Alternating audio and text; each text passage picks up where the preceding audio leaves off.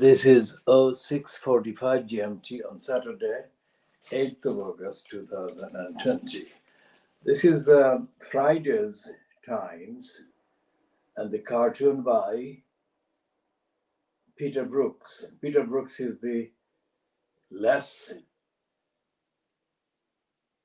ill-known cartoonist working for the Times. So he has got the cartoon on Dirty Desmond supervising the building works. It's a cartoon, of course. It's an impression. It's a representation of the opinion. The building works have not yet started on the West Ferry Road degeneration plan, but this is based on the controversy that surrounds and has surrounded Robert Jenrick, the current Boris Johnson housing minister, who was caught lying when he overturned the local Tower Hamlets Council's planning procedure that temporarily halted or refused to give permission to the Dirty Desmond's degenerate housing plan plotted at the West Ferry Road printworks. And what this controversy is actually affects the entire idea of housing, social housing, housing rights, and the environment, and the role of the local democratic councils. Although in the case of councils like Tower Hamlets, they are not really democratic.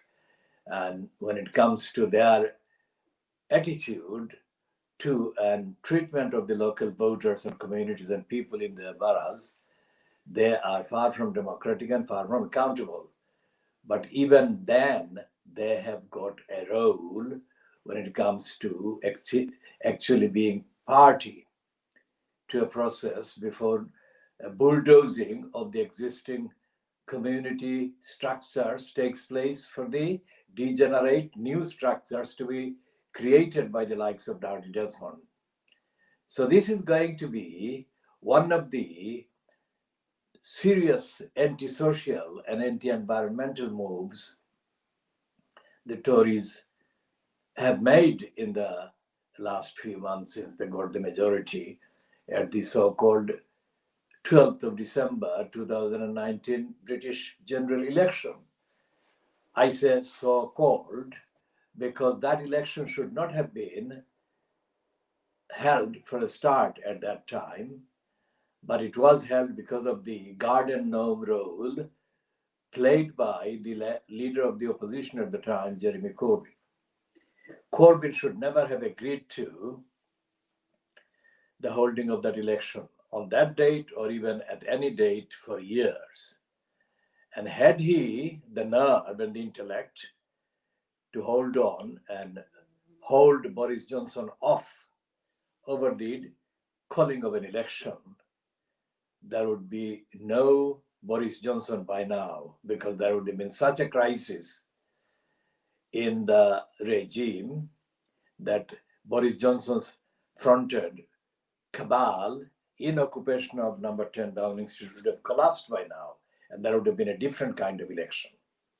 Now that is something that we shall be discussing in due course at length later, another time.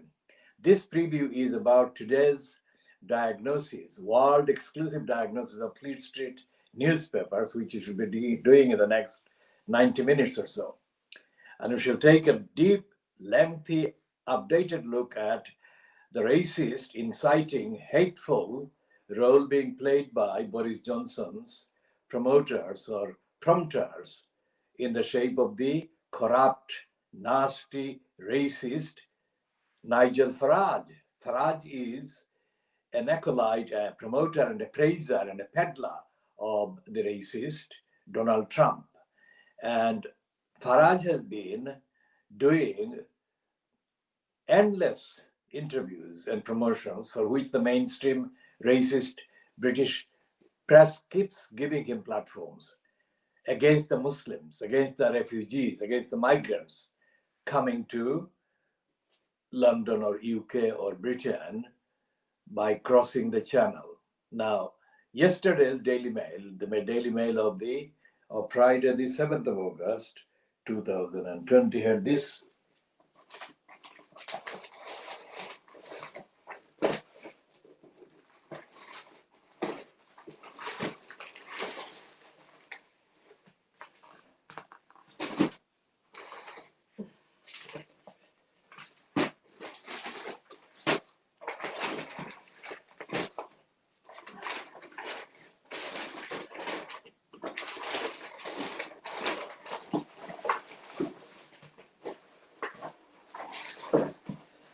Had the front page, which was about the Home Secretary Priti Patel threatening to send the Navy to stop the migrants invading Britain. So we shall be updating on that and the role in fomenting hatred against the migrants, so-called, being incited by Nigel Farage and being implemented and encouraged by Boris Johnson. Priti Patel is somebody who has been compromised by various misconduct in office, and she has been the subject of several inquiries, investigations inside the inside the Home Office and inside the civil service, so-called, over her bullying and other abuse and mistreatment of employees and senior post holders in the department. So therefore, she is not somebody morally or ethically clean and above reproach. She is compromised, and her integrity is open to question.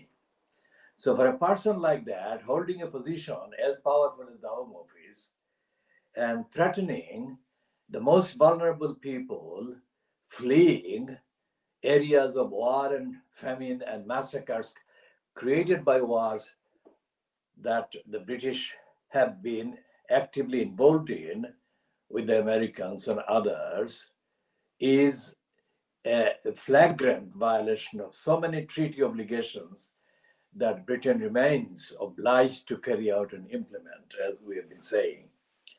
The treaties, international treaties, uphold the rights of people fleeing persecution and fleeing areas of famine and war and everything. And yet, there is no evidence that the forensic opposition leader, Keir Starmer, has cottoned on to the fact that there is a big illegality, unconstitutionality, and violation of human rights laws taking place right in front of his nose, under his nose. So we shall be dealing with inadequacies of the opposition as fronted by Keir Starmer, the QC, the senior barrister, so-called, who was the occupant in the post of Director of Public Prosecutions for several years before he retired from that post, as he had to, because it's a periodic appointment, and became an MP, replacing, to those people who have been familiar with the campaign against the elected mayor in Tower Hamlets, he replaced Frank Dobbo Dobson. Dobbo was the name given to Frank Dobson by Daisy, now McAndrew. Now, Daisy McAndrew had a different name before she became McAndrew by probably marriage. When she appeared on the ITV, this program, which was a morning program, breakfast program, for the first time she was being inaugurated as a reviewer of the press, so-called, on the ITV's equivalent of the GMT program, fronted by the racist Alistair Stewart. Now, Alistair Stewart's racism we shall discuss at length another time, but on that occasion, Daisy McAndrew called Frank Dobson, Dubbo Dobson, because this was the time just before the then first London mayoral election, 2000, that is 20 years ago. And the Dubbo Dobson that Daisy McAndrew labeled at Frank Dobson actually stuck. And his behavior, subsequent behavior, actually vindicated her ridicule of him. Now, David Dobson became the star attraction as painted by or choreographed by Abbas Uddin Elias Halal, who was desperate to become the first mayor of Tower Hamlets. So, although he wanted to do that, he had no option but to pretend to support the campaign that we have been still fighting to have the elected mayor post scrapped or to have no elected mayor post in Tower Hamlets. That was in 2010. So when Abbas Uddin Halal pretended to be against the mayor system, he had Frank Dubbo Dobson as the star speaker guest from Camden. And Dubbo Dobson gave a typically Dubbo speech against the elected mayor post. Months later, when Abbas was exposed as a real supporter of the mayor system, and he needed to have so-called public meetings in the name of the Labour Party in Tower Hamlets, he had the star speaker Frank Dubbo Dobson, again speaking against the mayor system. So we shall be discussing all of that at length in due course, but later today we shall be talking about the racist incitement program that is being operated by Nigel Nasty Farage at the expense of the and against the humanity and human rights of the people desperately fleeing persecution, famine, and deaths and disaster in their homelands and home territories, all those created by the wars and famines and massacre imposed by the West, including Britain. And the context is that Keir Starmer, as an officially registered barrister, should have known better than to stay silent on all the various flagrant violations and breaches of Britain's obligation under international treaties, including the various versions and editions and updates of the what is famously known as the Treaty of Rome, signed first in 1950, which was only less than 3 years later, 2 years after the founding of the United Nations on the 10th of December 1948. The founding of the United Nations entailed a number of declarations for human rights, which were later incorporated in the various declarations and treaties signed by Britain and other countries.